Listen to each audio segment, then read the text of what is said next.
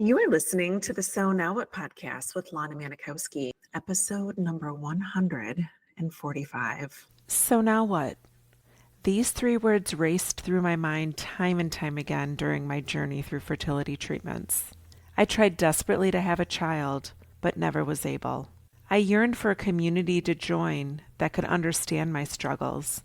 I couldn't find one, so I created one with the So Now What podcast. I love that you found us. Hello, beautiful. Welcome back to the So Now What podcast. I feel so grateful to have you here with me to listen in on another episode of the podcast.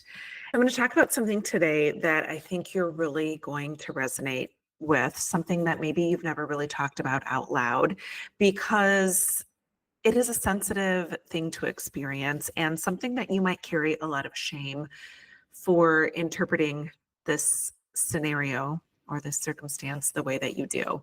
But I recently experienced this, and it got me to thinking about how many of us navigate life after infertility in silence and have these things that come up for us, and we don't have a place to talk about them, or maybe don't have the words to share what it is that we're really feeling, or we want to close off our thoughts about it because we carry a lot of shame and embarrassment that we interpret things the way that we are.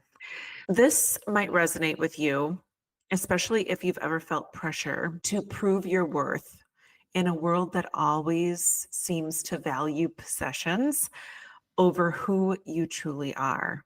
I really want to dive into this topic together. So, this is how it all started out. Last week, I was walking. I live in Chicago. I live in a big city, so do a lot of walking, sidewalks, all that good stuff. I was walking when I passed a group of people gathered in a circle. And in the midst of that circle was a mother holding a beautiful baby, maybe, I don't know, a couple months old. And everyone was admiring her little one, commenting on how cute and how precious the baby was. And the mother was just glowing with pride. Everyone was doting over the child. And in that moment, I felt this familiar pang, and you might know what it feels like too, when you have that realization that you won't ever have that. You won't ever be able to experience that. And the moment where everyone circles around and they're oohing and eyeing and admiring this child, and you know that you are never going to have that. We live in the society that consistently tells us that we need to have something in order to be valued. And whether that's a child, a degree, a certain level of job, a certain body type, financial security, there's this unspoken rule that we need to possess something in order to be admired. And I wonder if you've ever felt that pressure too. Maybe you found yourself thinking, if I just had this, then I will feel worthy, or people will see me as worthy. I know that I have. And what happens when the thing we long for most, a child, right, never comes? Does that mean that we're forever less than? Does that mean we don't get to feel admired or acknowledged or worthy?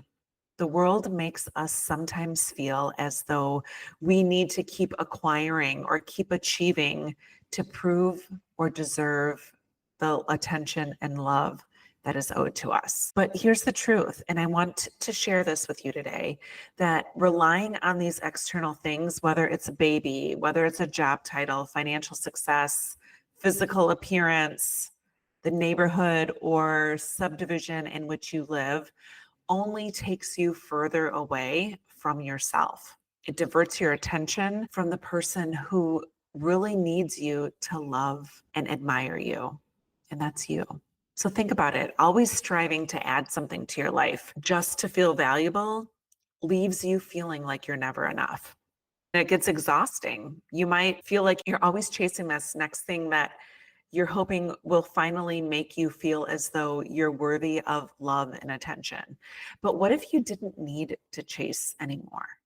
What if instead of looking outside for something to make you feel whole, you turned inward and you realize that you have it all? You are enough just the way that you are. What if you could become your own center of admiration? What if you didn't need anyone or anything to prove your value? And imagine how feeling that secure or an admiration of yourself would allow you to stand in your own truth and really know that you are enough just the way that you are. You've already gone through so much and you are still here. That itself is worth admiration. So you don't need to keep adding more to your life to prove you're worthy or to love a connection to something. You just took a moment to admire yourself for who you are right now. No more degrees, no new job title, no baby, just you. And what if that was enough? And I know it may seem like, yeah, but that is what helps me feel as though I'm connected in society. But according to whose rules? If we're always attaching what we feel worthy of within ourselves to rules of somebody or acquisitions of truth that somebody else has created or these societal norms that somebody else has paved a path years and centuries before us, we're never able to stand in our truth.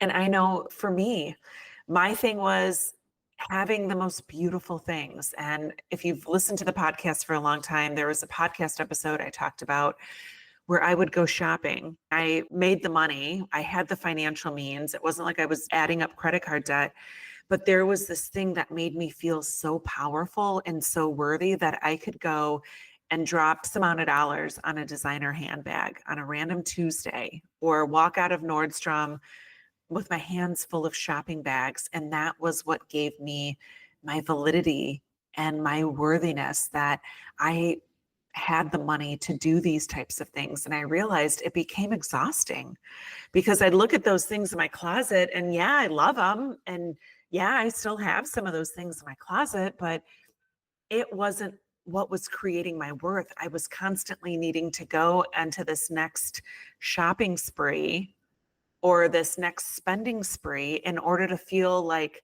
I had made it in the world and that I had a career big enough and a bank account deep enough to be able to afford these things without blinking an eye. And it becomes exhausting. And I think that we do it because we don't know how to look at ourselves and be happy with who we are and who we are becoming, even though it's so different than we imagine where we'd be. And so when you think about that group of people surrounding a child and making do over the child, I think about that mom. And I'm sure that she has so much to be proud of and so much that she's done. But having the child in her arms isn't the only thing that creates her worthiness. So I want to leave you with this today that you are enough and you always, always have been. You always will be. And the next time you find yourself thinking that you need someone else, something else, an accessory, an addition to you to feel valued, I invite you to pause and ask yourself, what if I already am enough just as I am? So thank you for joining me today. I hope this reflection and this experience that I recently had reminds you of your inherent worth. And if this episode spoke with you or spoke to you, please share it with someone who you think might need to hear the message. And also, I want to tell you that I am working on a special thing just for you if you are dreading the holidays. I'll be getting more details to you about it, but I'm going to be doing a free masterclass about how to handle the holidays. So be on the lookout for more information. If you get my love letters, if you are on my mailing list, I will be sharing more information there, or I'm sure I'll be sharing more on Instagram. So make sure that you are following me at lana.manikowski.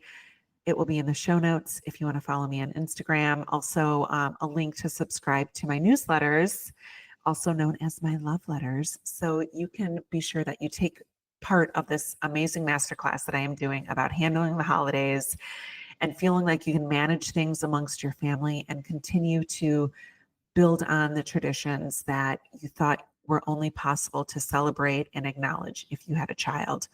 So I love you so much. I hope you have a beautiful week. And remember that it's never too late to discover your meaning. I'll talk to you next week. Hey, real quick, I just wanted to tell you about an awesome resource I created.